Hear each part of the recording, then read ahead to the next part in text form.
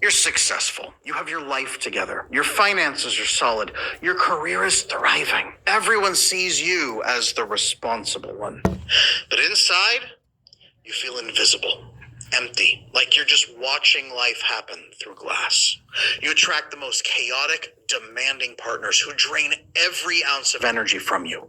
You give everything to get a pat on the head once every 6 months if you're lucky. And you freeze when emotions run high. And now you have no idea what your own needs even are. Here's what nobody's telling you. You don't just have anxiety, or you just don't have depression. You're not just an introvert either. You have quiet, disorganized attachment style, and it's turning your success into a prison. Now, I know that you are exhausted from being everybody's rock while feeling completely alone. You've built this incredibly competent exterior, but behind it, you are constantly second-guessing yourself. You're wondering what you're supposed to be doing in every social situation. And your relationships follow the same brutal pattern every time. Some highly dysregulated person swoops in, recognizing your caretaking nature, and suddenly you're managing their addiction, their mood swings, their entire chaotic life for them. You lock in, maybe for decades, thinking that this is what love looks like, while they give you nothing in return. Now let me guess something else about you. When you talk about your past, you tell detailed stories of abuse and trauma like you're reading someone else's grocery list. Oh, that wasn't that bad. I don't want to complain. Meanwhile, your body is screaming with chronic pain from decades of absorbing other people's dysfunction and having nowhere to go with it. Those chronic headaches you feel, pain in your body, yeah, that's connected. The worst part, everyone thinks that you have it all figured out. You're financially independent, you're professionally successful, you're completely self-sufficient, but you feel like you're dying inside, and nobody else even notices. I'm Adam Lane Smith, the attachment specialist, and I have worked with hundreds of women who thought they were broken beyond repair. What I've discovered is that quiet, disorganized attachment is one of the most misunderstood patterns in all of psychology. You are not cold or unfeeling like some people might suspect. You're not damaged goods where you're too traumatized to connect to people either. You developed an attachment system designed to keep you invisible and safe in an environment where being seen meant being hurt. Your success isn't despite your trauma, it's because of how your nervous system learned to work to survive. Now, through my work with over 1,600 clients, I've identified the specific patterns that keep quiet, disorganized women trapped in cycles of professional achievement and emotional starvation. So in the next 40 minutes, I'm going to expose exactly how your attachment style has shaped every area of your life, from the career patterns that seem successful but actually reinforce your isolation, to why your relationships fail in ways that look completely different from other attachment styles. But here's what's going to shock you the most. The childhood experiences that created this pattern were far more damaging than you've ever allowed yourself to acknowledge. The stories you dismiss as not that bad are actually some of the most brutal trauma cases that I see and hear and work with in my client cases. You're going to understand why you have felt so disconnected despite all your success, and you'll finally have a clear path to understanding the genuine connection that you've been craving your entire life.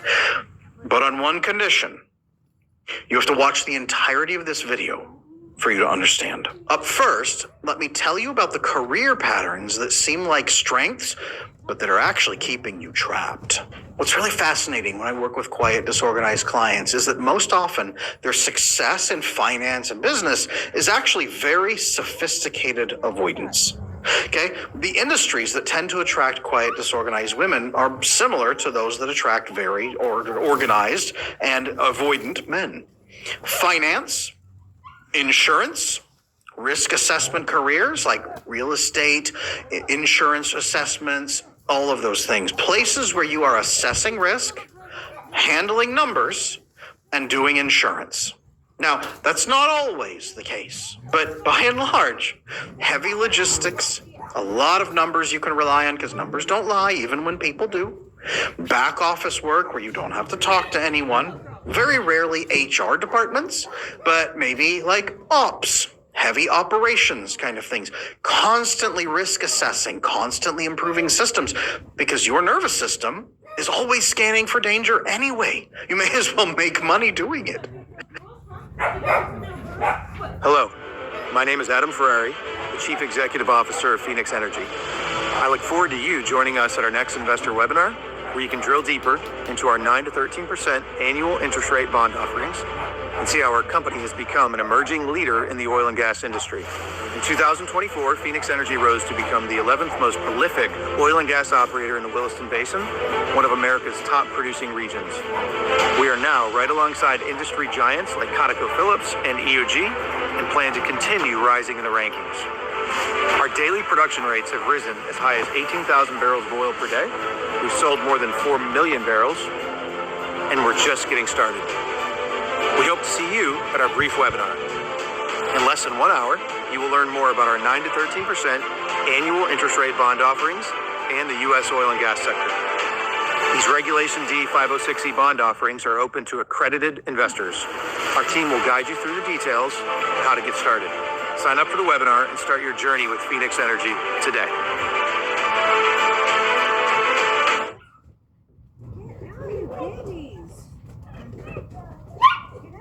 Got in a car accident? Don't call a lawyer. Use this free AI tool instead. That's how I walked away with $93,000 from what they called a minor crash. Okay, so a few months ago, I got rear-ended, back pain, neck pain. My car was totaled. I missed work and had doctor visits after doctor visits, and my bills were piling up. And guess what the insurance company offered me? $5,000 for the car and another $4,000 for the injury. Like, I was genuinely insulted. That wouldn't even cover my medical bills, let alone get me a new car. Then late one night, scrolling through my phone, I found a video just like this. Not some sketchy ad, not a lawyer begging for clients.